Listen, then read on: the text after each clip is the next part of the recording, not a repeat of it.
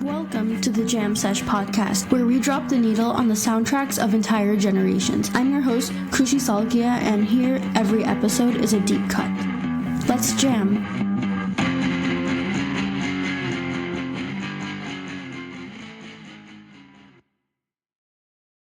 Hello everyone, welcome back to another episode of the Jam Sesh podcast, where we discuss all things music and the stories behind the artists shaping today's scene. Today's guest is Lucky Break, an indie rock artist known for introspective, emotionally honest songwriting that pulls from a wide range of influences across multiple art forms. She just released her debut album, Made It, which reflects the turbulent years of one's early 20s. Exploring uncertainty, identity, and growth with a rawness that feels deeply personal and immediate. In this episode, we dive into her creative process, her post-grad transition into music, and experiences in the music industry. So thank you so much, Emma, for coming on to the podcast today. Thanks for having me. I'm excited to be here. So I guess I wanted to get a little bit into your musical background first. When did you first start getting into music, and when did you realize that this was your thing? Yeah, well, I grew up in a really musical family, so I was really lucky for that. My mom is a musician, singer-songwriter, and I watched her perform a lot growing up. And then she's also a vocal coach. So we would have like people over singing, like there'd be like 20 people in our living room singing, doing lessons and stuff like that when I lived in New York. And I lived in the East Village, which is like a really musical place. When I was living there, there's a lot of like artists and musicians there, and musical history there. So I kind of was steeped in it pretty early on. And then I started writing songs after I moved to California. So that was when I was around 10 or 11.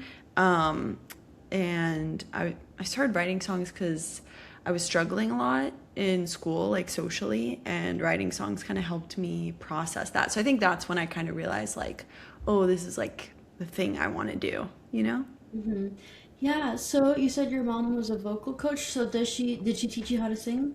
Yeah, yeah. Awesome.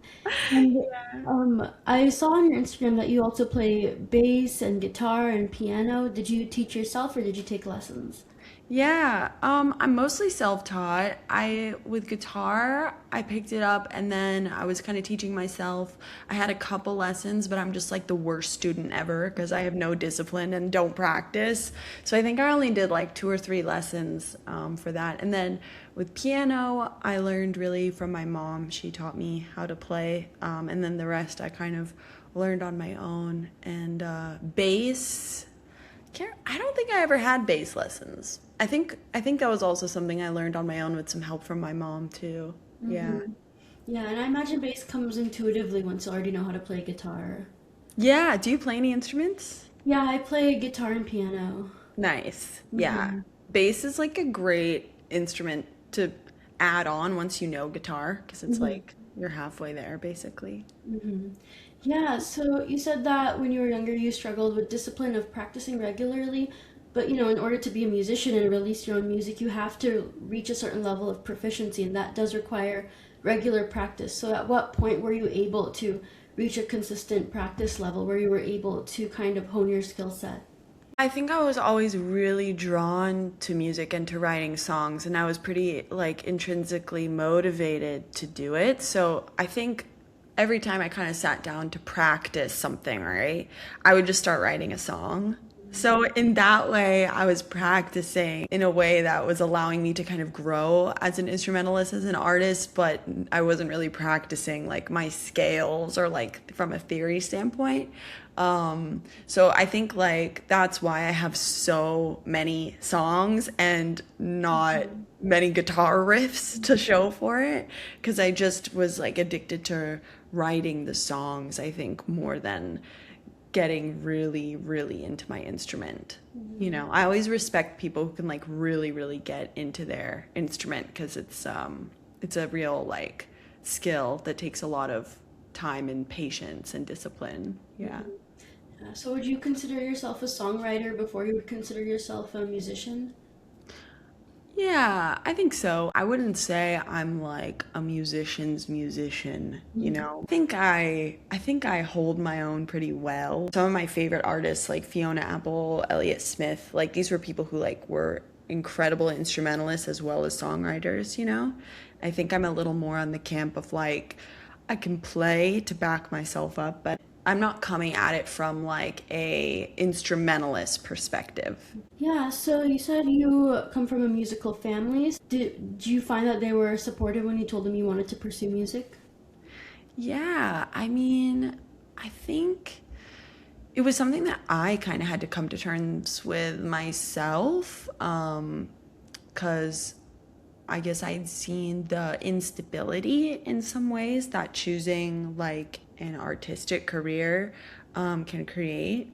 I kind of ran from it for a long time. After I graduated college, I started working in the music industry, and I just kind of realized that I don't really see myself doing anything else, you know? Once I started being really serious about it, I got more support, you know, like my dad when I first started doing it, he was trying to kind of get me to pick something else. But I think like once I show that I was really serious and you know got a manager and a label behind me, then he's like my number one fan now. You know what I mean? I think the support was always there, you know, but kind of like there was fear and trepidation around it too at the same time, you know?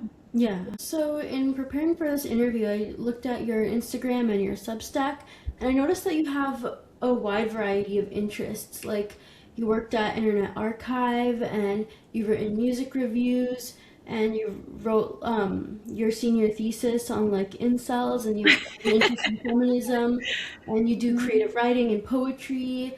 You draw a lot of things on Instagram, and you've also made like self-improvement content on YouTube. So I was curious, how did Mm. you, I guess, pick a lane? Because you seem to have so many creative interests. Yeah, thank you for doing such a deep dive. That's so cool.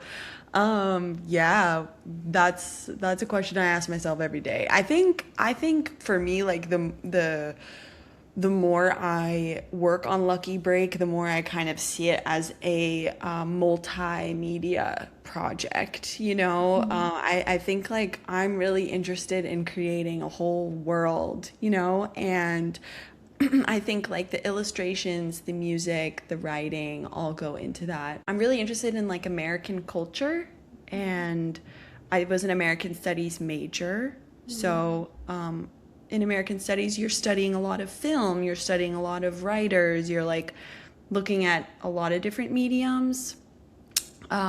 So I think I'm kind of inspired to put my hands in all of them and see like how I can express myself in these different ways through Lucky Break. Like the music videos and stuff like that too, I consider as like part of the visual aspect of the project too. Yeah, I saw that you wrote that the ultimate goal for Lucky Break was to create a safe place where you can access all parts of yourself so that you don't pay attention to otherwise. So, yeah, I guess it kind of ties in, like all the creative aspects of you that kind of come together to create this project. Like, it's not just about the music, I guess it's a culmination of everything that you're interested in. And can you tell me a little bit about why you chose the name Lucky Break as your artist name? Yeah. I chose like well, one of my favorite bands is called Big Star. I don't know, have you ever listened to Big Star? They're really good. They have this album called Number One Album. That was their first album. And I just thought that was funny that they called themselves Big Star in their first album, Number One Album. And I'm like when I was coming up with the name Lucky Break, I was struggling a lot like with my anxiety. And I was working this job that was really grueling and difficult and like hard for me emotionally.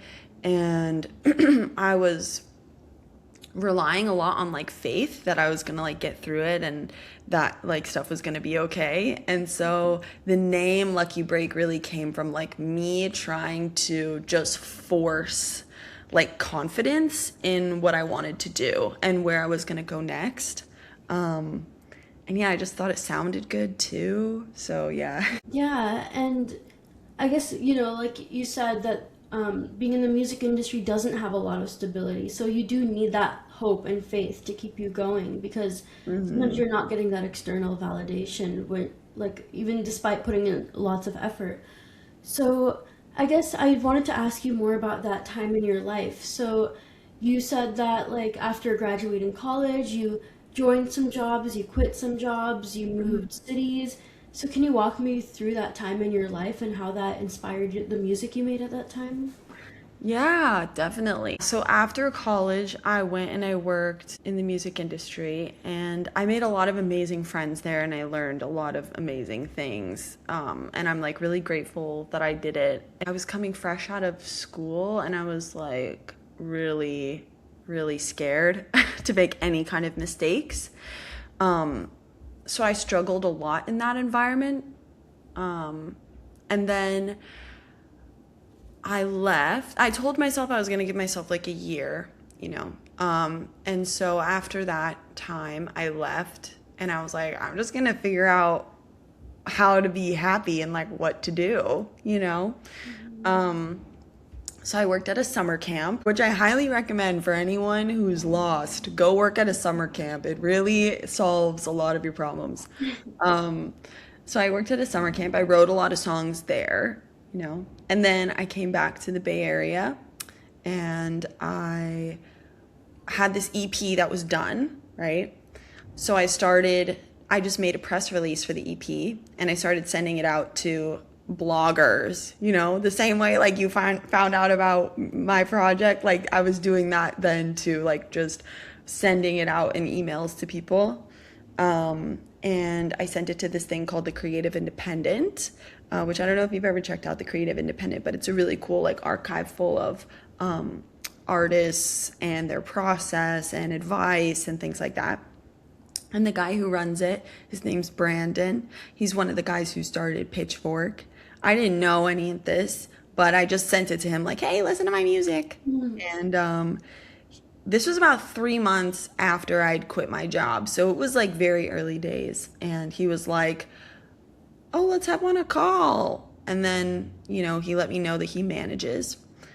So then we started working together. And then from there, kind of like I just worked on finishing the album. You know, like once I had management, I kind of felt more emboldened to like make a real project, you know? So then that whole year, I was basically once a month driving back and forth from the Bay to LA to like make a song, make a music video, go home, make a song, make a music video, go home. And that was a long, crazy process. I guess like this album though, I started writing even before I graduated college. Like Red Balloon, I wrote my senior year. So it's kind of like a long collection of songs over this like period of my life where I was figuring out what I was gonna do, you know?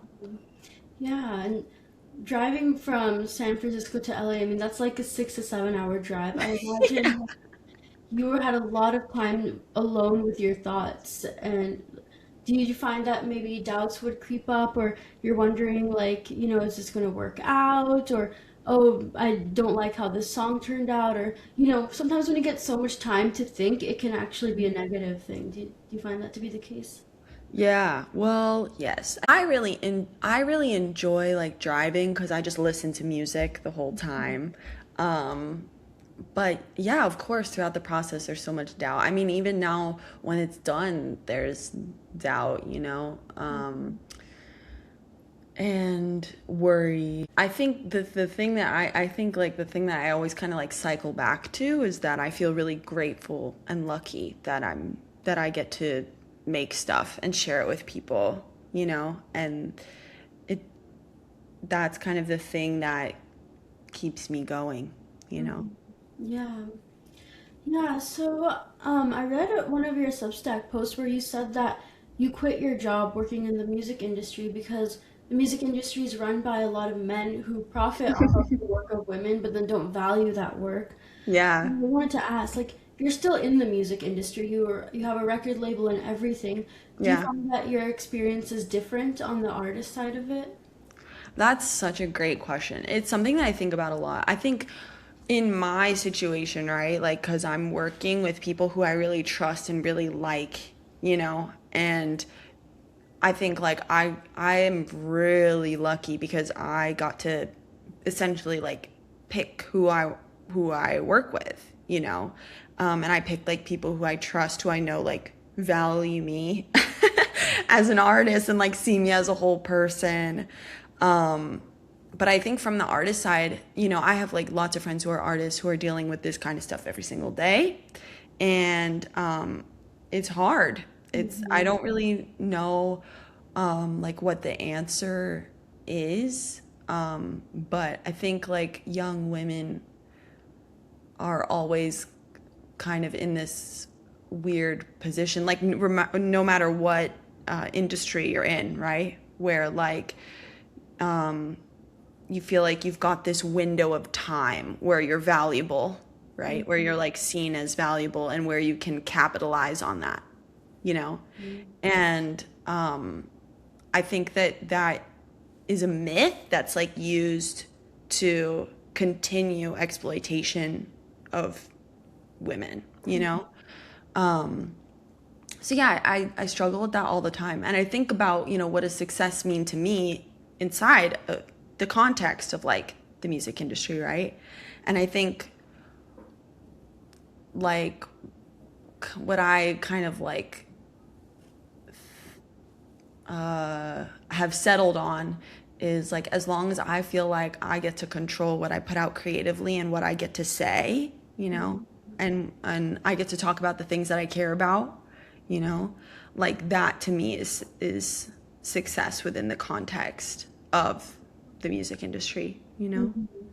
Yeah, like in your case, you have a lot of control over the songs you write, your social media, and the themes that you take. So and you get to choose who you work with, which makes it so that people can't take advantage of you because you could just drop them, whereas people maybe at like a bigger record label or who have a lot of people working for them, maybe they don't have as much control. But what you said was really interesting. The idea that you have a certain window of time and how that's kind of manufactured, because it's true that a lot of women, especially in the entertainment industry, feel like, oh, once I turn 30, like it's over. Like feeling that sense of scarcity does create a sense of desperation, which leads lots of women to do things they wouldn't otherwise do. And there are a lot of predatory men who do take advantage of that desperation. I hope that there's someone listening to this that'll hear what you said and understand that like it's just a fallacy, just a made up concept, and it's not real. Yeah. And it's probably just a way to create that scarcity and desperation. But you said that your name, Lucky Break, was created kind of as an affirmation to keep your hope and your faith during the uncertain time. Do you feel like you still need that affirmation? I think, of course, I still need that affirmation. I mean, like, I still run on the anxious side of things, just like my personality. But I think also, like, now that I'm getting older, there's a little bit more of this sense of like responsibility and like taking responsibility for my own life and my own happiness. And I think when I was younger, I really had to lean into like a belief that things are going to be okay. And now I think I'm a little bit more on the side of, well, things are going to be okay because I'm handling it. Like I've got me, so it's going to be okay. I think it's just like a development of the way I was looking at the world before. And I still obviously love to put my trust in the unknown and like see what happens and take risks and stuff like that. But I think I'm more comfortable with it now. Yeah, you create your own luck, basically. Yeah. I hope so. I mean, yeah, I don't know. I feel like these things change so quickly for me. Like I feel like in 6 months I might have a different way of looking at things. Yeah. So I wanted to get a little bit into your music and your sound. You have kind of an indie rock kind of inspired sound and with some elements of the 90s. Like you said, you like Fiona Apple and Elliott Smith. So can I ask why this specific genre and the specific sound, I guess, draws you in? Yeah, that's such a cool question. I've never really thought about it. I guess there's a couple reasons. One, is very focused on the voice. And I think for me, that's like the first thing I kind of tap into when I'm listening to music is what's the voice doing. Um, and there's a lot of room for expression in the voice in indie rock. Like you can be a terrible singer and have a great career in indie rock, which I love. Like most of my favorite singers can't sing at all. Um, so I like that. I like that there's like a cool factor, there's like a sort of rawness and an edginess to it, that I really like. I like that authenticity is kind of the main value of this kind of music. Like, have you ever seen the Fiona Apple Grammy speech where Oh she's like, yeah. go with yourself, this world is Mhm. bullshit, Mhm. That's like kind of the vibe that I think I really love about indie rock. And also, it's achievable on a low budget, which is something I was thinking about. Like, how can I make a good record on this? Like I didn't know at the time if I was going to be signed or not. I was paying for it myself, So I was like, what's going to sound good? What works in a lo-fi kind of environment? And that's kind of how I guess ended up getting really into indie rock. And also I just love the music. Like I was listening to it all the time. So, Mhm. yeah. Yeah, and your sound has a 90s kind of vibe to it. A lot of your influences are from the 90s. Your fashion is also kind of 90s inspired. And as Gen Z, we didn't live through the 90s. Like, do you find that you tend to romanticize that decade? Yeah, I think, well, mostly because when I was a kid, I was so obsessed with Nirvana. So I think like, and I'm like a huge Hole fan, so I think it's carried over from my childhood. And also when I was younger, I watched Pitch Perfect maybe like 10 bajillion times, and Anna Kendrick in that movie is wearing like a flannel every single day. So I think the like millennial twee obsession with the 90s like Mhm. transferred onto me somehow, and then I absorbed that, and then I was like, this is what's cool. So I think that's kind of probably what happened. Yeah. Hmm. Yeah, and that was actually my next question is that I noticed that you're a fan of Courtney Love and Kurt Cobain, and I am a diehard Nirvana fan as well. So let's Nice. talk about that a little bit. Like, do you have a favorite album? Yeah, I mean, I had like the poster for In Utero in my locker as a kid. Mhm. I just think like honestly these days I've been listening to Whole Live Through This like on such a consistent basis. I think it's probably one of the best albums like ever made. Melissa Oftemauer from Whole, she actually is going to be featured on version of Head Down. Yeah, which is gonna come out in the next couple months. So I'm super excited about that. I haven't actually like met her in person, but I've had some email exchanges with her, which like every time I'm like screaming. So yeah, it's just so cool. Like I think I kind of sometimes get sad because I'm like, dang, like is music ever gonna be this level of like unhinged and unfiltered again? I Mhm. hope. I mean, I think it is like on the level of like my friends, I think are super like carrying on that torch. But in terms of like the mainstream, I feel like stuff is so watered down compared to what it used to be. What's your favorite album? I mean, it's hard to say because all three Nirvana albums, assuming you don't count Incesticide, have like such a different vibe to them. I mean, I would say like Nevermind is a perfect album, like similar to Live Through This. Like it's a no skip. But Yeah. also like I mean, when you hear Bleach and like that was their first album and they made it in $800 and like it's like this is really good. Like Kurt Cobain had like no guitar less. Like he kind of just made it up and this is like really good for someone who's just made up something for the first time and Yeah. that's what I really love about the grunge era. I mean, like you said, even with indie rock, like anyone can kind of pick up an instrument and start singing. You don't need this like mastery or like all this technical proficiency. It's more about the emotion and the heart of it. And it's Yeah. also about rebellion. And, you know, Mhm. I love how he kind of changed the game of songwriting, getting the tune from the power chords instead of like from the lyrics and like Yeah. having lyrics that don't make sense, but they still convey a feeling. But yeah, I agree with what you said. Like, there's no one since Courtney Love who's been as chaotic and as iconic and messy in the public eye. Like, I feel like now brands are very like manufactured. Like, this is your Yeah. brand, and everything's kind of rehearsed, and it goes through a PR team. And yeah, I do wish I kind of lived through that era because that would have been awesome. But yeah, I totally agree with you. Like, I hope it can get that way again. And I definitely noticed that in like the more underground indie scene. I Yeah. don't know if it'll ever hit the mainstream, but like maybe, like you never know.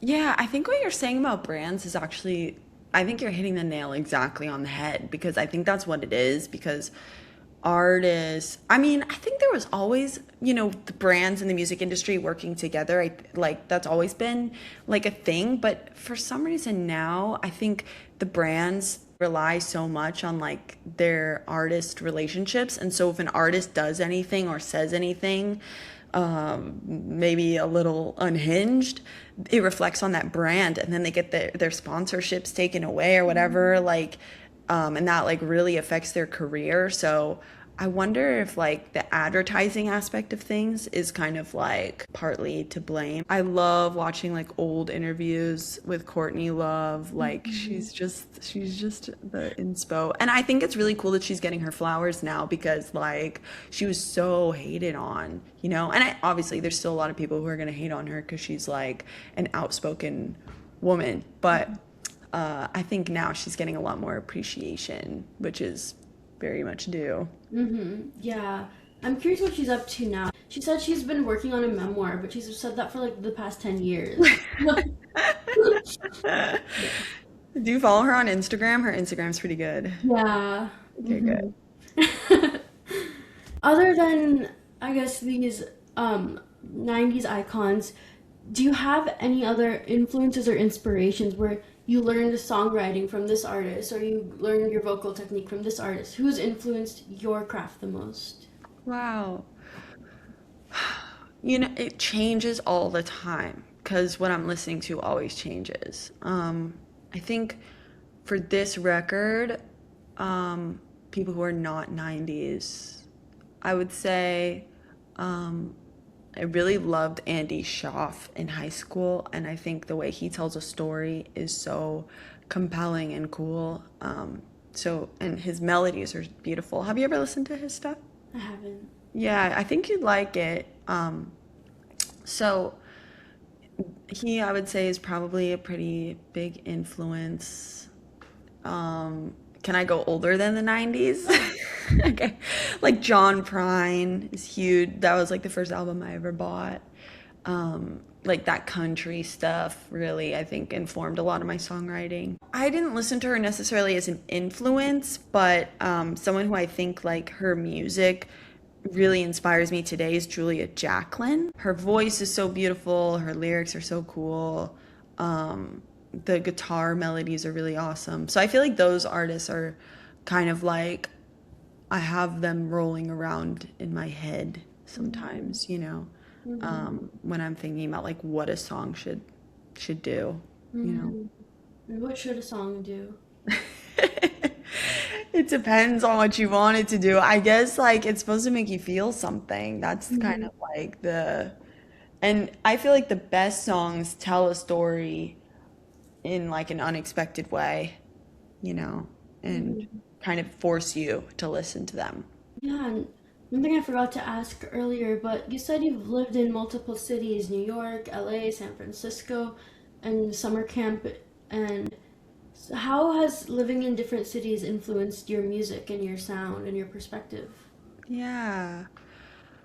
Huh. I mean, I think I don't necessarily know if the places themselves influence the sound, but I think the fact that I've moved around in my life has made me like really open to change. And I think that like for any artist, like whether you're a writer or a dancer or a singer or whatever it is, like being open to change and like constantly growing, and moving around. It's like really good for you, I think, as a creative person. Um, but I think California definitely influenced me. Like I love like Best Coast and Pavement, like these SoCal slacker bands. I'm obsessed with them. And San Francisco has this like really twee kind of vibe that I love. So I think like my music kind of is like sort of a blend of those things, like some of the SoCal, like dark sunglasses vibe, and then like the San Francisco twee vibe, you know? San Francisco's half like tech workaholic, like Yeah. and then half like hippies. Yeah, no, like you're not gonna find me in the techie corner. You're gonna find me in the like cute coffee shop that hasn't Mhm. changed since like 1995, Mhm. chilling. So, I wanted to talk a little bit about songwriting. So, you said that when you start to practice an instrument, you naturally just end up writing a song. You wrote a Hmm. lot of songs when you were at camp. So, it seems like lyrics are constantly in your head, and like, it seems like you express yourself a lot through the lyrics. So, Yeah. I guess I wanted to ask, is it something that's constantly on your mind, and finally, when you get a chance to sit down to do it, everything comes out? How do the lyrics float around in your mind? Yeah. I wouldn't say I always have lyrics in my mind. Like I think I'm probably always writing, and then whether it turns into like a song or essay or something else, kind of like changes. When I decide to write a song, it's because I have a line and a melody and I can't get it out of my head, and I like have to get it out of my head. It's almost like scratching an itch or something, and then it kind of all comes out. But there are also times where I have to work with a song, where like a song starts and then I kind of like don't know what to do with it next, and I kind of work through it. But on this album, a lot of these songs are just raw, like unedited, songs that happened in moments in time. And I think they have like a very like direct feeling because of that. Um, but yeah, I haven't been writing very many songs lately because I've been writing so many essays. So my brain kind of cycles through, I think, sometimes in terms of like how it wants to get the feelings out, you Mm-hmm. know? Yeah. Yeah, and so you said that the lyrics and the melody come first. So once you have that, then does the chord progression come next? Do you just like tinker around on the guitar or piano to see what fits? Yeah, sometimes. Sometimes I start with chords and then I figure it out. Sometimes I have something and then I have to figure out the chords around it. It just kind of depends on the song. But I mostly like to write on the guitar. But lately I've been playing with Logic, which is really cool because there's like infinite stuff you can do on there because it's all with a computer. So that's really been fun to explore. Mm-hmm. Yeah. So do you have dedicated songwriting time every day, or is it more so work when inspiration strikes? Yeah, it's work when inspiration strikes. Mm-hmm. And also, like, I can only really write songs when I feel terrible, which I know is like not like I know that's like the antithesis of like what every artist that like every artist says, where they're like you need to feel good actually to make good art, Mm-hmm. which is like true. Like it's true. Like you need to feel good to be able to like make stuff and complete it and stuff. But I don't write a lot of happy songs. I need to like when I'm happy, I'm like enjoying my life and I'm being present for it. Songs are really there for me when I'm like I don't know what else to do in this world. I have no other option than to write a song. That's usually when I write a song, you Mm-hmm. know? Um and happy songs can come out of that, like City Lights was the song I wrote to like cheer myself up when I was homesick. I haven't been writing a lot of songs lately, which means we're good up here, which is nice. But obviously life goes in ups and downs, so like there will be a time where I'm writing again and I don't freak out necessarily about not writing for a while. Yeah, and based on what you just said, plus considering that a lot of your influences are like Elliott Smith, Kurt Cobain, these tortured artists, what's your take on this tormented artist trope? Well, it's a terrible trope, obviously. It's so destructive. I don't want to sound conspiratorial, but I think like fame I think fame is the thing that like drives people crazy. I think there's something about like the way that these artists are like unprotected, that leads to like these mental health crises. Obviously, artists are sensitive and inquisitive, but like I think, and like they come. I mean, there's a bajillion different kinds of artists. There's obviously artists who are like struggling mentally too. Mhm.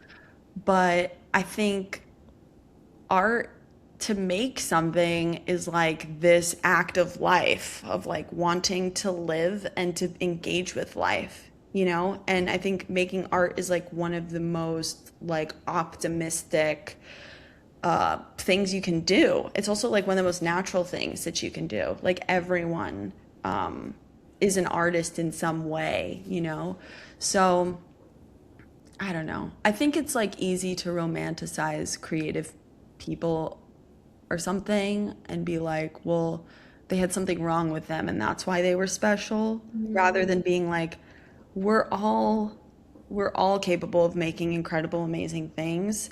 And like all of us, like these artists are tapping into feelings that all of us feel, Mhm. They're just the ones who are like expressing it, like and I think if everyone uh, expressed their sadness and their anger and their rage like at that same rate, if they felt comfortable to do that, we would have like a much more peaceful world. you know, I don't. That was kind of a crazy answer, but hopefully, hopefully it was illuminating. Yeah, so you said that making art is a very optimistic thing to do, but then you also said that you write songs when you're feeling bad. So Yeah. I was curious how you reconcile those two things. Yeah, well, because it's like the making the art is like it's an act of optimism because it shows that there's a belief that like tomorrow's gonna come, and like this is how we're processing something. I think like it's, instead of allow, which it's totally cool to let the whatever you're feeling like take you over, right? When you create something, you're actively getting it out of your body so you can continue on with your life. And that Mhm. doesn't mean that the feeling goes away immediately, but it's like this act of optimism because it's like once I purge this emotion or express this emotion and share it with someone else, right? There's that belief that like other people are going to relate. Like there's this song can serve some future version of me, right? Mhm. I think like that's, if you're someone who's like struggling with, getting out of bed in the morning, making a song is definitely like an act of optimism because it's like this promise that you're gonna be able to move on from it, you know? Mhm. Mhm. Yeah, it's something that can help you get out of that dark hole. And experience it with others. Mhm. Like take this feeling that feels super personal and recognize that it's actually universal and it's something that like all of us feel. Mhm. Yeah, and what I love most about your music is how vulnerable and raw and authentic it is. Like, especially at someone who's, a similar age and also went through like this post-grad crisis. I was like, "Ugh, I get it." Like, Yeah. and does it feel scary to be that vulnerable in your music? Yeah, I think so. It's weird. Like, I actually struggle more with talking about these things. Like, interviews are like more hard because, like, I think I write songs because I struggle sometimes to put things into words. The Mm-hmm. song feels like an armor in a way where I can say whatever I need to say and not be so afraid. But it's definitely hard to be like visible. Sometimes I want to like wipe my entire existence off of the internet forever. But but I'm really grateful that I get to do it. I feel like it's really cool that I get to do it. So I don't regret Mm-hmm. having it all out there. Mm-hmm. Yeah, and what's the most vulnerable part of the process? Is it writing the song? Is it sharing it with others? Is it performing it? Is it promoting it? Ooh, wow. Yeah, promoting it. Isn't that weird? I think like promoting it is definitely the most because you're like, I don't know what I'm doing, you know? Mhm. Everything up to that point is just expression. And I feel like it's easy to just like be like, okay, like maybe I did something cringe, but you know what? I was expressing myself and that's beautiful. Like I can like rationalize anything from like a creative standpoint. But when it gets to promotion, I'm like, oh, like it's just like I don't want to be perceived. But it's part of the game, so you just got to do it. Yeah, exactly. Like it this is like the thing that I guess most artists struggle with, but it's like it is vulnerable because by promoting your art, you're also kind of acknowledging that you did something that you believe deserves to be shared. And it's kind of like you're taking up space, I guess, and it can feel a bit scary to do that, to validate yourself in that way. Like no one else is giving me, like I'm giving myself a platform basically, you know. Yeah. Mm-hmm. Mhm. Yeah. Mhm. Yeah, so when you first started promoting your music, I guess were you a bit scared or concerned, like how the people that you knew in your life were going to perceive it, or, because sometimes creative dreams can scare other people or intimidate other people, because not everyone has the courage to pursue it. Hmm. Okay, I see where you're going with this. I feel like you're hyping me up right now. Um, I mean, I, it's, there's always gonna be haters, like, but I think like the way that I kind of, um, I actually have like this belief that like if you have any like suspicion or something like that that like someone's like hating on you from social media like quietly, just remove them from your followers. Like just don't worry about it. Like don't follow anyone who makes you feel bad or like don't allow anyone who makes you feel bad to follow you. Like like you get to kind of control your social media, so you should make it a safe place for you. There's definitely like vibes that you can pick up. But I think I just kind of try and like stick with people who make me feel good. And like if people are speaking negatively about like whatever it is I'm trying to do, I just kind of like, um, well, if it's like good criticism, then I try to listen to it. And then if it's like coming out of nowhere, then I just kind of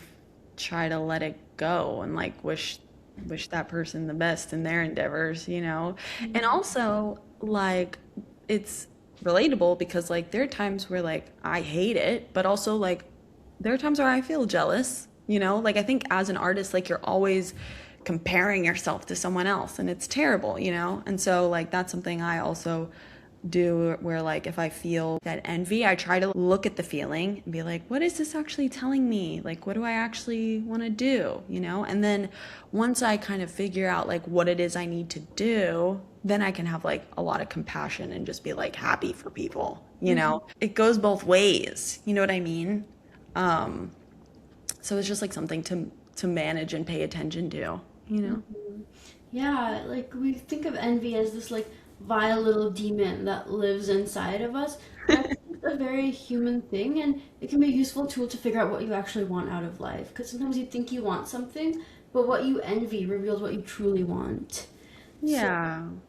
yeah, you said that sometimes you do get negative comments on something that you put out there. You said your family was pretty supportive, but did you ever have naysayers in your personal life who, maybe friends who weren't as happy for you as you thought they would be, or, people who kind of, I guess, weren't as supportive as you would have liked them to be? Yeah. I think I'm really lucky because, like, honestly, all my friends are like super supportive. I think my friends, I don't have like a ton of, I have a close knit group of friends, and they've all been really supportive. There's people like at my old, like where I was working when I had my first job, who were just like, I don't know, you could tell that they were laughing at me. But the thing is, like, I was bullied really bad in middle school. So, like, when people are like essentially acting like middle schoolers, I just kind of like keep doing what I'm doing. I think you kind of have to have like a thick skin, especially when you're first starting out, because like people are gonna laugh at you.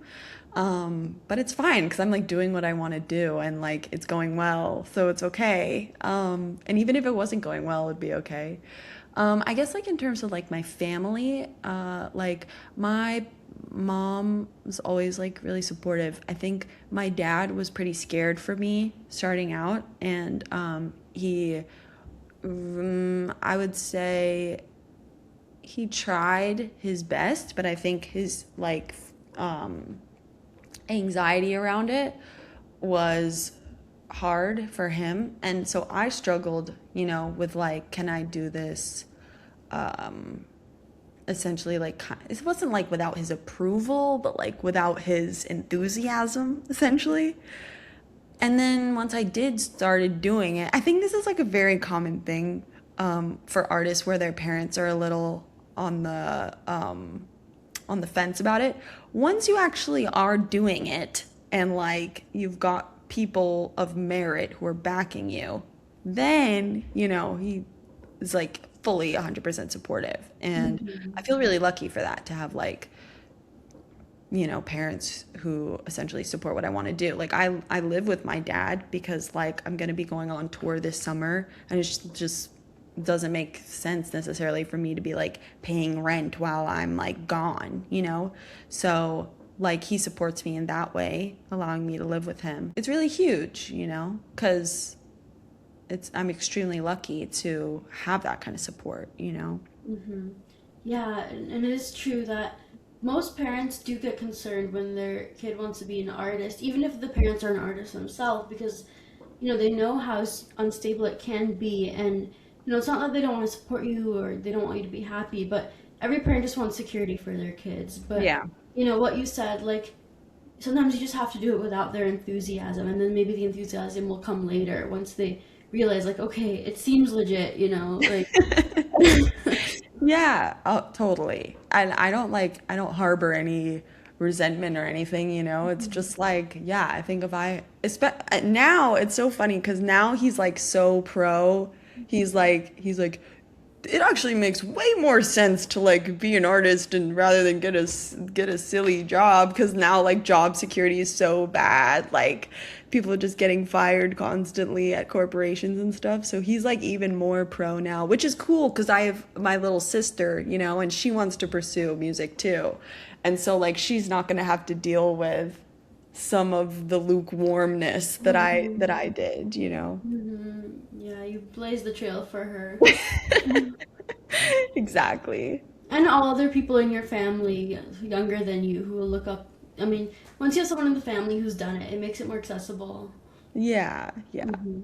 Yeah, so you said that you were bullied in middle school, and sometimes when it comes to an experience like this, it can go one of two ways. Either it can make you a bit more sensitive, and anytime you feel any sort of like criticism, you kind of get taken back to that memory, or it can give you thick skin, like you said. Like it's like, what, I've been through it, like nothing can be worse than that, so there's nothing you can say that can hurt me. So in your case, do you find that it gave you an additional sensitivity, or the opposite, where it made you a bit desensitized to other people's comments?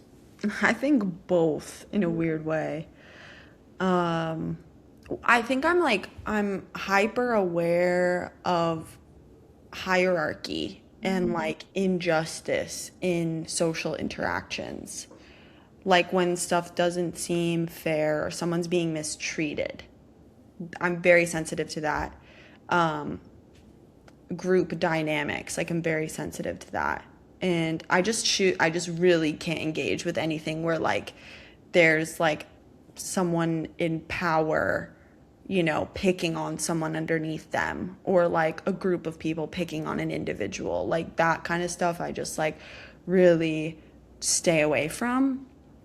Um, but then like when it comes to my own stuff, like people on like the same level as me, whatever, like my peers, um, I just like I guess I have a pretty like intense radar or something. Like I just, which probably isn't good because it probably makes me seem really guarded, but I just like don't engage with people that I don't immediately like really have a great feeling about. I kind of like suss people out, and when I first meet them and figure out like if they're cool or not.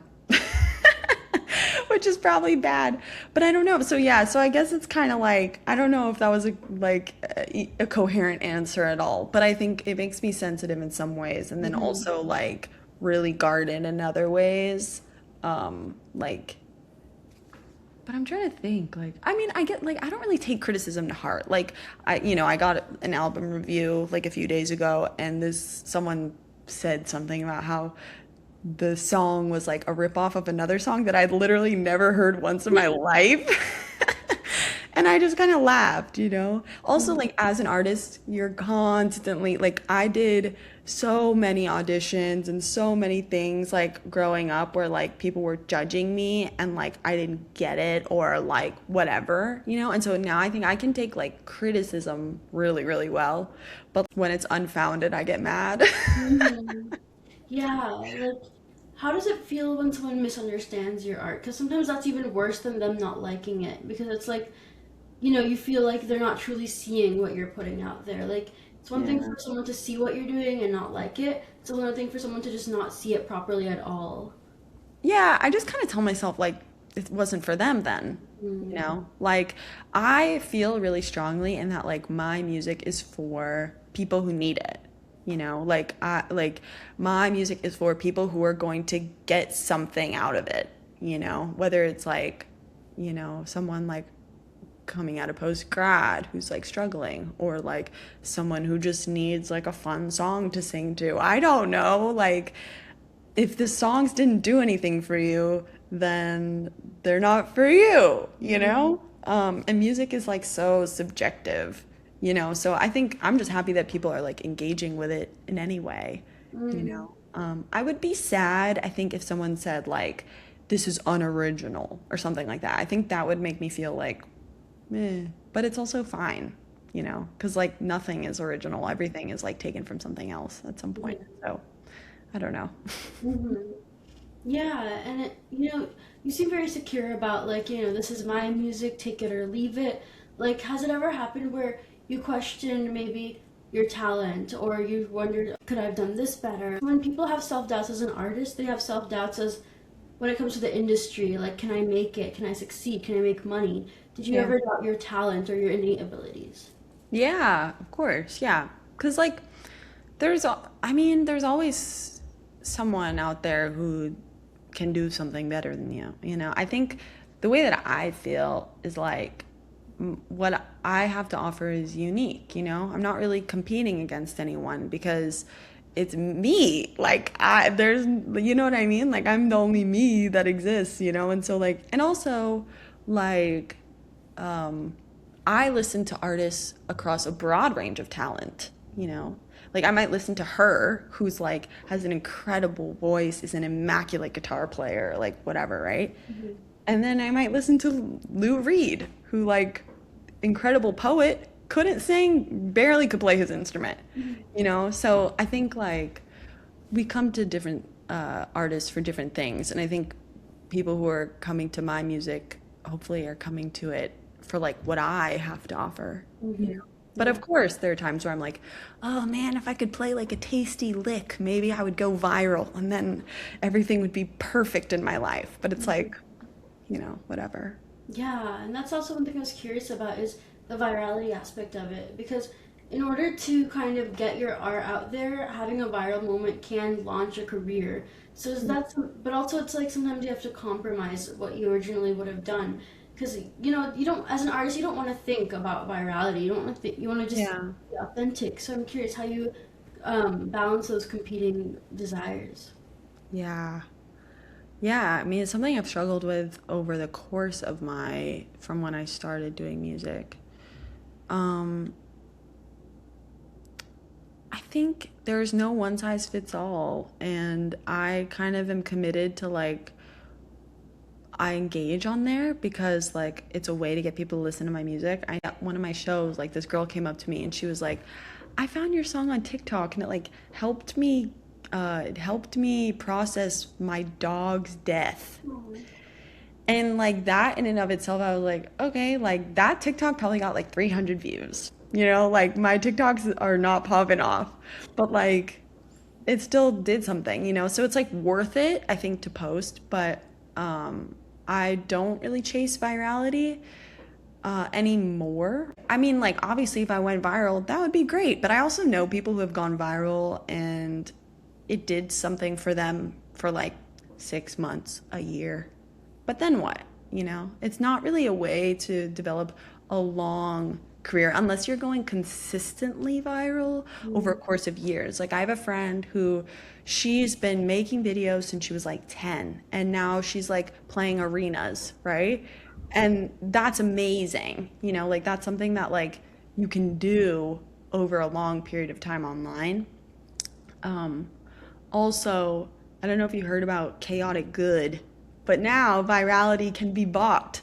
And so I think the landscape is actually really different now, where like I almost don't know if chasing virality, I mean, I'm sure it can't hurt, but I also don't know if it's really an equal playing field. Like, originally with TikTok and like music marketing, the idea was everyone is on here, like everyone gets a chance, an equal chance, so you should just try. And now it's kind of like, well, there are like companies that you can basically pay to have your song become viral.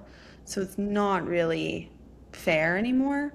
Um, so sorry, that was like a really long answer, but I think for me, my mental health just comes first, and I post consistently every day, like tiny little messages in a bottle in the sea, and hope that they reach the right people. And I'm playing like a long game, you know? Like I have lots of artists that I love that are have great stable careers and cool fan bases without virality too, you know? So I think it's just kind of climbing the hill slowly and steadily Mm-hmm.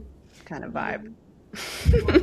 I love what you said about the message in the bottle because I completely get that feeling of like you work so hard on something, put it out there, and it gets 3 likes or something. Like Yeah. that was my whole soul. Like, but the message in the bottle thing is like a more romantic way of viewing this. Like, yeah, that'll help me like cope with it, I guess. But Yeah. It's also like over time, these things accumulate, you know? So you just do a little bit every day or a little bit as much as you can, and it's like whatever, you know? hmm Yeah, and what you said about the landscape changing, I mean, with technology evolving so fast, the landscape changes like every few months. So at this point, it's just like, just make your art. Like, don't try to game the system. There's no point, I guess. But Unless you want to buy a bunch of bots, I think you could probably buy a lot of bots and then you would go viral. So you could probably do that, but I don't know how that would be good for your career. I and don't. that's not really art at that point. Then, like, you're turned it into a corporation at that point. Yeah, yeah. Yeah, so I've been focusing on a lot of negative stuff lately. So I'm gonna ask a more positive question. But Okay. you said that, that girl told you that one of your songs helped her cope with her dog's death. Are there any other really touching responses that you got that stuck with you and you think back on a lot? Aw. Yeah, I mean, well, one of the first songs I ever put out was called Mean Girls. I was 12. I think that video is kind of what made me want to like make music because there were a lot of people who responded to it like, "Oh, I'm getting bullied at school too." And it kind of made me realize like how powerful music is in terms of like bringing people together and making people feel not alone. So I'm always going back to that kind of like thinking about who I was when I was 12 or 13 and trying to stay true to like that mission. Um, but like in terms of the record, I'm kind of excited to see like how people respond to it. Like I haven't gone on tour yet. Like I'm gonna start talking to people once I'm in LA, New York, and through the South and stuff. And I'm really excited to see like how people respond. You know? Mm-hmm. Yeah, do you find that, regardless of what happens in your career, when you get that touching positive response, that something you put out there has had a positive impact on someone's life, does all the difficult stuff become irrelevant? Yeah, I think so. I mean, you know, it's I think that's the whole reason for like putting anything out, you know? Um, So it feels good. Hmm. Yeah. What's a lyric you've written that you're especially proud of? I love mass produced destruction, get out of bed.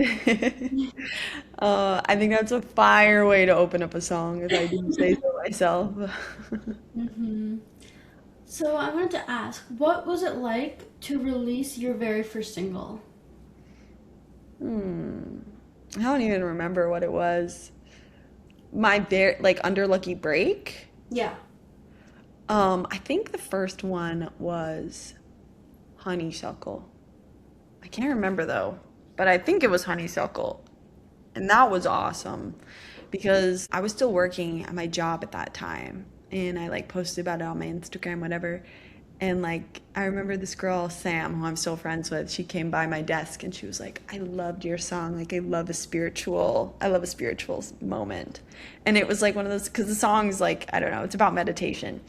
And I was like, oh my God, like someone got it. Like someone understood like what the song's about and like listened to it. And that was so cool. And I love the video for that song. I made that with my friend Emily, and it's like one of my favorite, I think, Lucky Break videos. Mm.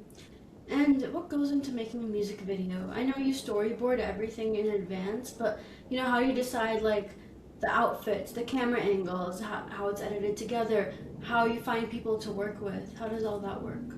Yeah. Well, my music videos are made the same way the record was made, which is just like using the resources that we got. And Margaret did most of the music videos for this album, Margaret L. She's a dear friend of mine. And I remember I wanted to make a music video for Burning String, and Margaret just has a great eye. I didn't know if she made videos, but her Instagram was cute as hell, and she got along really well. I just trusted her visual vision. She has great taste, you know? So I was like, hey, do you want to make a music video? And she was like, sure. And we like made it in my apartment on her like silly little camera. And she brought like a bucket of clothes for me to like try on and wear.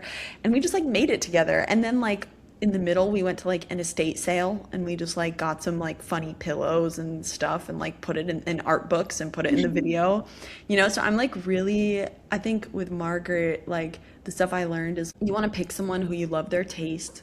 You want to pick someone who's your friend, who like you feel comfortable behind the camera with. Because like I never felt comfortable behind the camera until I started working with Margaret. Because she'd be like, I love that. That's so good. Yes. Like, you know what I mean? Yeah. And that was like really helpful to me to be like weird on camera, you know? And yeah, so pick someone you're comfortable with, pick someone with good taste. And also, like, we always invite spontaneity into the videos, you know? Like, whatever's happening wherever we are. Like, the Red Balloon music video, Margaret had a parasite that she got from like eating some street meat or something. And so we had to stop filming like 30 minutes in. And we were like, what are we gonna do? I was also moving away from LA like the next day I was moving. So I was like, okay, I'm just gonna take the camera and I'm just gonna film myself in the front seat of the car like tomorrow for B-roll, and I'm gonna take some shots of the road, you know? And then that video like did super well. That video did better than any of the other videos, and it's like half of it was recorded the way it was supposed to be recorded. So I think like yeah, just working with the moment is also a really important aspect. And then like for stuff like Crush, right, where we have like a whole set, things like that.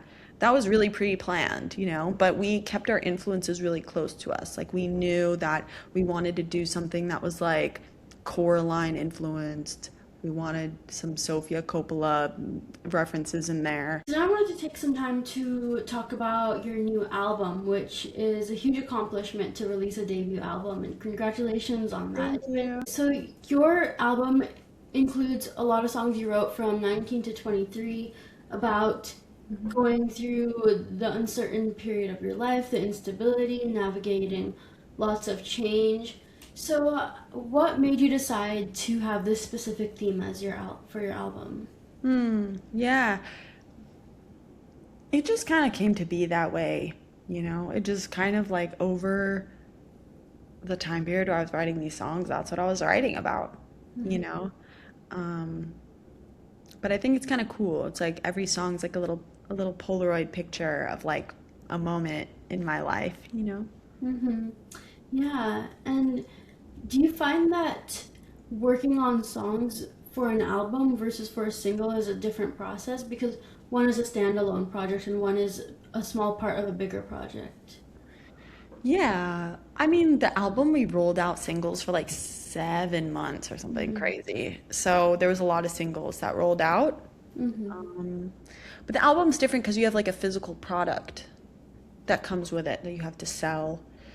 Um, so I don't know how to do that, but um, but I'm learning, I guess, you know.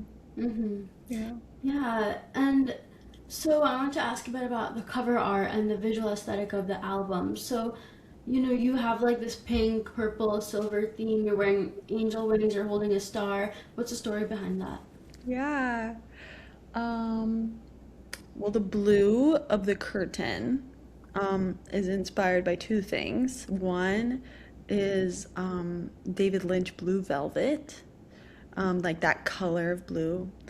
And also, like the whole Live Through This album has a cool blue curtain in the back.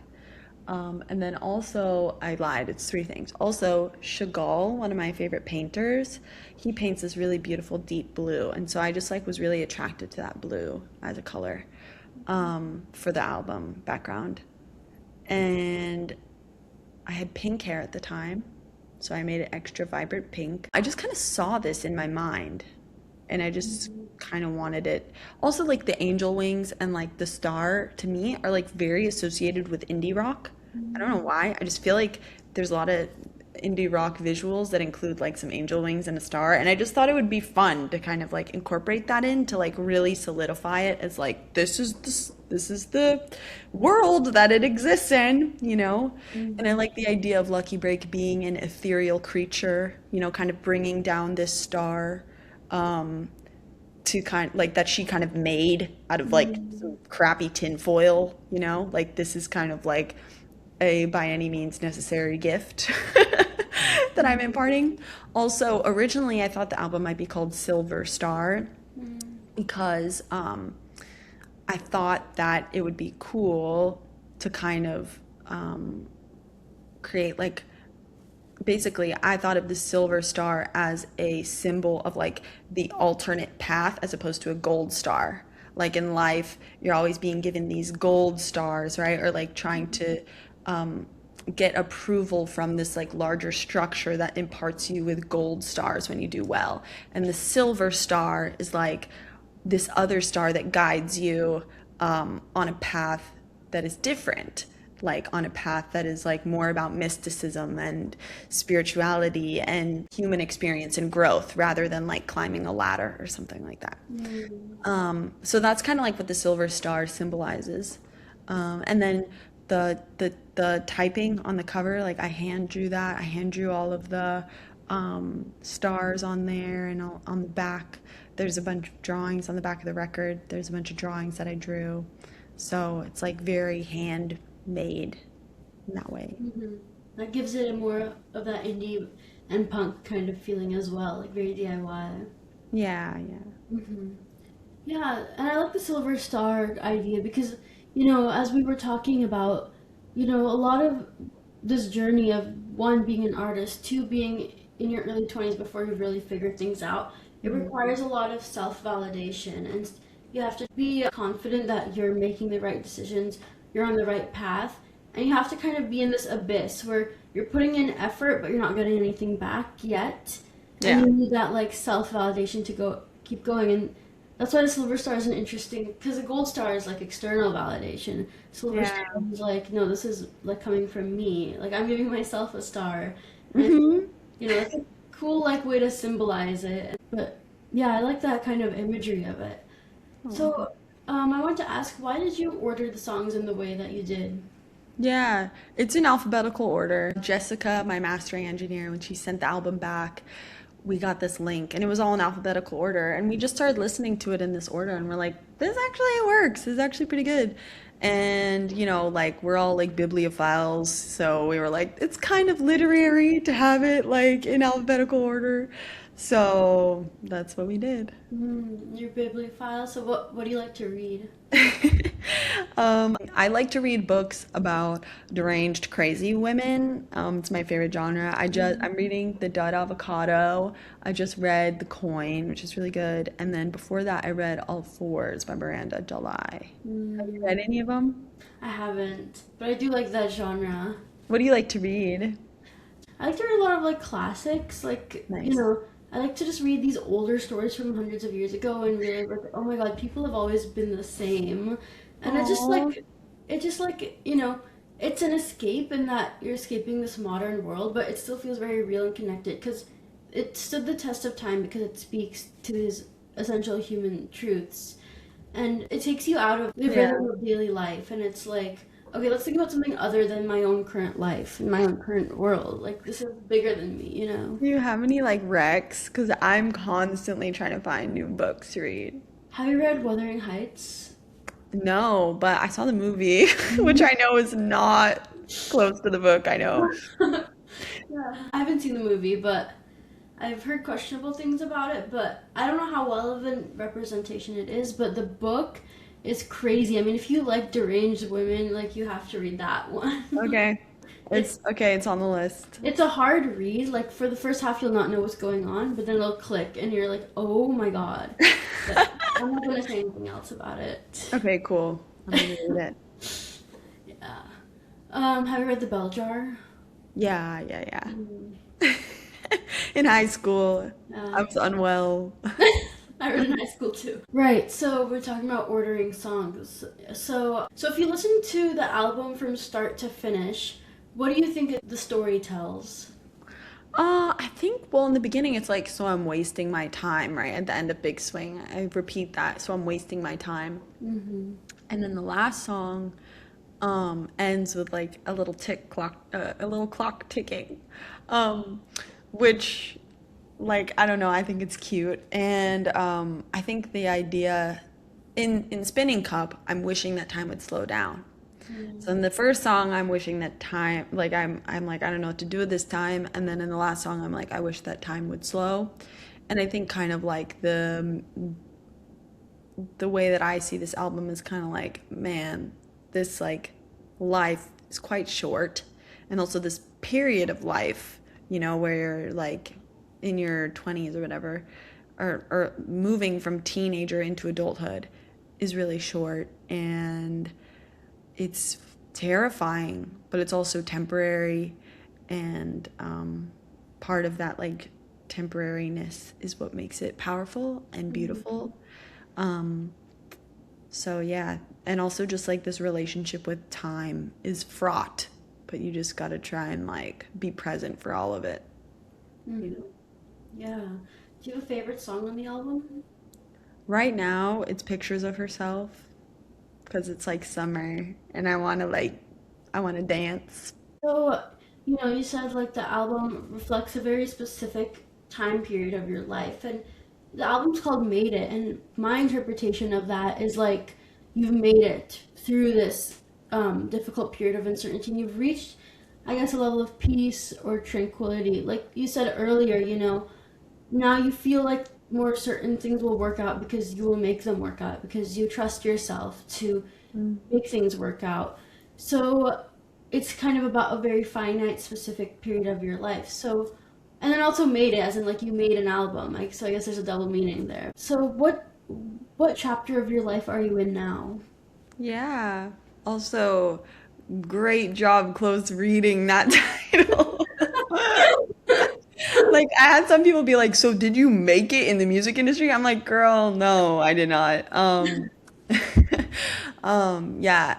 This phase, I don't know what this is right now. Honestly, I don't. I feel like it's like a new beginning. Like it's out, and I'm writing a lot. I'm trying to write something like substantial that's not music. So I'm thinking like I just want to keep exploring my creativity and see where that leads me. I'm about to go on tour, so I'm hoping that that is fuel for some creativity as well. Um, yeah, I'm just excited for the summer and I'm gonna take it a day at a time. Yeah, I guess it's hard to define a chapter of your life while you're still in it, you know. Yeah. You said like, you know, you're going on tours. What's the experience of performing live like? What is it like to get that instant feedback from the audience? Oh, it's amazing. I mean, I love it. I don't know, do you like perform? Do you do any music related stuff? Yeah, I'm in a band and I've performed like very small, very local, like nothing big, you know, just for fun. But yeah. That's nice. So you kind of know like what it's like. You just kind of are like in a moment with people, you know? Our attention is so fractured these days. Like being in a space with people all doing the same thing at the same time is very uniting and cool. And there's no AI involved, hopefully, which is really nice. Feels like it's like a special sacred space. So Mhm. I love it. Hmm. Yeah, and, you know, for me personally, it's absolutely terrifying to sing in front of other people. Do you find that you're scared before every time before going on stage, or have you kind of gotten the hang of it by now? Yeah, I definitely have nerves. I have pre-show anxiety, which is like literally like 2 weeks before the show. I'm like, my stomach hurts. I'm scared. Um, it's not good, but it's fine. Mm, fine. Once I'm Hmm. on stage, it's okay, mostly. Hmm. And is this upcoming tour your first tour? Yeah. Ooh. Yeah. So, what was it like to organize that? Um, luckily, I didn't do most of the organizing. I had people who helped me organize it. It's very manageable, you know. I just have like one show this month, one show next month, and then I'll be in the South for 10 days. So it's all doable, which I'm Mm-hmm. excited about. Is there any city that in particular you're excited to visit? I'm really excited to go to North Carolina. I've Mhm. never been. I'm really excited to see it. The music scene there is so cool. Like, I love all the bands that come out of there. So I'm really excited to check it out for myself. Hmm. Yeah, and one last question about your album. So it reflects the period of your life from age 19 to 23. What would you say to your 19-year-old self now? Oh my God. Oh my God. She was so stupid, bro. Like, she wouldn't hear anything I had to say. Like, I probably would just be like, you keep going, girl. Like, it's gonna be fine. Just keep going. You know? Sometimes I have that thought where I'm like, do I want to see into the future? Like, do I want to hear from my future self? And it's like, probably not. I'm Yeah, probably not ready to hear whatever it is that they have to say. same here. Like, if you were to give an advice to some other teenager right now, they wouldn't listen to it. So it's like, why would your own teenage self listen to your advice? She wouldn't want to hear it. I mean, like, the thing is like, I think it all worked out great. It worked out better than she would have thought. So I guess that's all she needs to know. Yeah, and it's like, you know what, those mistakes just had to happen. There's nothing you can really do about it. Like, Just canon event after canon event. yeah. Yeah. Yeah. You said earlier something about your relationship with time being fraught. Like, what do you mean by that? Yeah. Well, it's hard. I don't know. I guess because I am anxious. That's just like part of the way that I perceive things. It's crazy and probably not even real. But I think like that idea that you're like running against the clock or you're running out of time or you're not doing things on time or whatever. Also, like, I always really struggle with feeling like I'm maybe behind. You know, I struggled a lot, like, in school and stuff like that, being behind, you know, because, like, uh, my brain is not giving neurotypical, you know, so, like, I think there's, like, that anxiety of, like, oh, I'm not, like, at the same level, or I'm not where I'm supposed to be, something's holding me back. And anybody who's anxious, I think, will kind of relate to that, that there's like this feeling that you're swimming against this current of time. I think gratitude is really the antidote to that, and just like being present and feeling grateful and also making stuff. Making stuff is really the antidote as well. Also, I think music is cool because time is inherently built into it. Like, music is kind of how you paint time, you know? So, I think I'm like concerned with that in some way. Yeah, I mean, I totally relate. I also am always very much feeling the passage of time, like all the time. And Yeah. I find that birthdays tend to bring on a lot of anxiety because it's like Mm. a measure of the passage of time. Yeah, definitely. I mean, like now that I'm gonna be 25 in October, like I don't want to hear it.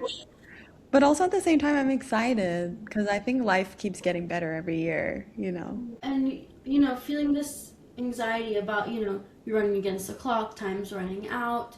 Do you find that you very much feel your mortality? Like, I need to do this because I only have one life and it's not going to last forever. Like, do you find that influences your decisions? Totally. I think it's kind of the best reality check. Mm. Anytime you're feeling like bad about something or like you're freaking out about something or whatever, you're like, oh, I'm gonna die. So I just need to like do what I want to do and enjoy it. It's a really great thing to come into contact with every now and then, you know, and just like remember. I don't know, the actual concept of dying is beyond me. Like I feel like I'm immortal, but I know that I'm not. Yeah, you don't really think about that when you're young. Yeah, so okay, you can't give advice to your 19-year-old self, but let's say there's someone watching this who's working a job that they don't really want to be at, and their passion is to pursue music, and they want to quit their job, but they're not sure if they should, and they're scared, and what would you tell them? Well, you have to make sure you have like some kind of safety net. Also, making money as a musician is really, really hard. Um, like I still have a day job, you know, I teach voice, which is cool because it's flexible and I get to make my own hours essentially and set my own rates, which is really great. So I would say find a job that you can like pay your rent and make sure that you have all of your ducks in a row financially if you can, as best as you can. Um, and then like do everything you can to pursue it, you know, because we need it.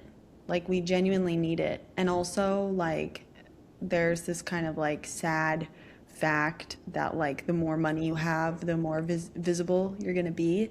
But don't let that discourage you. We need to hear from everyone and make music by any means necessary. You know, you don't have to quit your job. You can stay in your job and like make music in your free time. But like, it's hard. I don't know. There's no one right way to do it. There's a million ways to do it, and you just have to find the way that works for you and in the way that like keeps you creatively inspired, you know? Yeah, that's a good piece of advice. Like, you don't have to make art your full-time job. You can pursue it on the side of your real job, and it still just does legitimate because you're still expressing yourself and putting it out there in the world. I feel like if when it's a hobby, people don't think of it as serious, as something that's a career, but either way, it's still fulfilling and you're still expressing yourself. Yeah, there's so many incredible artists who like left a mark on the world and had really successful careers who still had a day job. Like Kafka, he worked in insurance, okay? He had a desk job. So like I think it's not either or. You know, it's not black and white. You can do incredible, amazing, like generational things, you know, and still work. I mean, it's harder Yeah. and it's a privilege to be able to like pull away from like a job in order to make art. And you make that leap when it's time to make that leap too. You know, you just work till you get to that point where it makes sense for you to do that. I just wouldn't want anyone to be discouraged, you know, because they don't have the time or they don't have the resources, you know, like you just do it in any way that you can. It's always going to seem like impossible and crazy, and you just need to like do it. Basically, it's hard, but you should still do it. Everything is hard. Yeah. Everything is hard. It's Really. hard to not do it. It's hard not to do it because you're always going to be like fantasizing about doing it. Yeah, I think like when I was younger, the anxiety really came from how am I going to make this my career? Like, how am I going to have the most successful career? And I obviously still think about that, but I think now it's like, how can I sustain like a happy life for myself and get to do the things I want to do. That can happen in a million different ways. So I feel less pressured to force one outcome. I'm allowing the ideal to happen in a million different possible ways.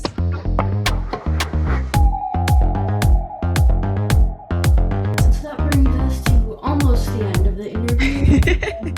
Now I want to ask 3 recurring questions that I ask all the guests who come on here. So number 1 is, what is your definition of art? Ooh. My definition of art. I think if someone thinks it's art, well, okay, wait, no, I take that back. Genuine self-expression. That's art. Let's say someone were to like get upset about something and then start yelling at someone, like would that count as art? No, that's not art. You're right. It was a bad definition. I guess anything that it's just hard, because now that we have AI, it's like everything is screwed. What is it? I guess it's human connection through a creative process. Okay. There has to be an element of like intentionality behind it, I guess. Like it can't be just like purely an outburst, I guess. I mean, I don't know, it's hard to define, and I know it's not fair for me to ask everyone this question when I don't have an answer myself, but I still do. So, number 2, what is an unpopular opinion you have? Oh God. Unpopular opinion? I don't know. I don't think you should be able to criticize any creative thing if you yourself haven't made anything. I don't think it's possible for you to be like a good critic if you yourself haven't engaged with the actual form at all. Yeah. Yeah. It's a good point. And like anyone can be a critic, but I feel like if you haven't been in the trenches, your opinion's not as valuable, I guess. It's also you just don't really know how the sausage is made. You can like study history and like you can read a lot of interviews and you can like try to get as close to the creative process as you can, but you're still never going to really understand like how something happens. Do it yourself. So you kind of need to like do it yourself. Also, it just will make you a better critic because you'll understand like form and structure and get those things if you don't make anything. Yeah, because I started being a journalist before I started making music. So before it was a lot easier for me to say things about songs. Like now that I've actually had the process of like making songs, I just can't bring myself to like criticize it as much because it's like I know how much goes into it. I know how vulnerable it is. I know how much effort it is. And it's like I don't have as much interest in criticizing art anymore. Like it's just not the point. My opinion doesn't matter. Like what matters is what place this takes in the world. And yeah, like just having gone through that makes you more empathetic to the process.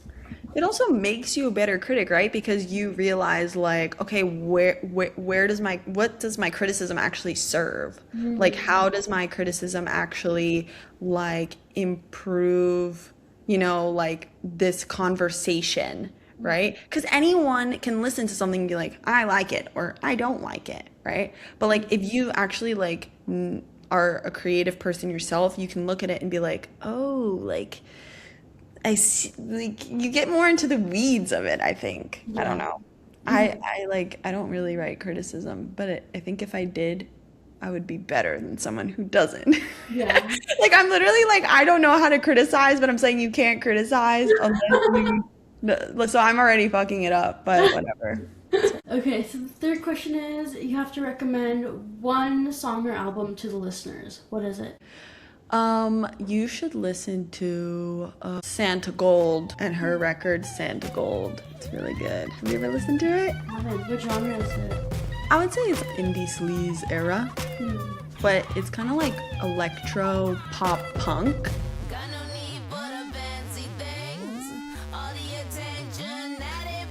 It's really good. She has a song called Creator. Fantastic. Fantastic.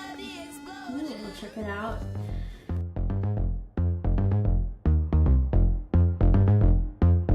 So that brings us to the end of our interview. So I would love for you to take this moment to talk about what you've released and what you're working on and just promote all the things that you have going on and where people can find you.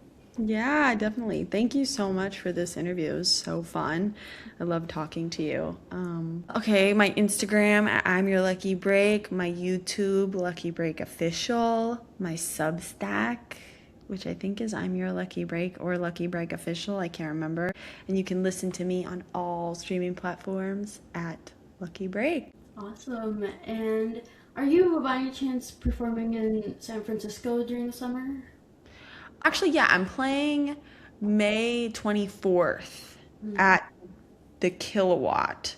So right when I come back from LA, I'm coming back to SF and I will play a show there. And I'm playing with Faith Zapata. She's amazing. I don't know if you like checked her out on TikTok. She's like kind of popping off, but she's fantastic songwriter. So highly recommend it if you want to come. I can get you on the list.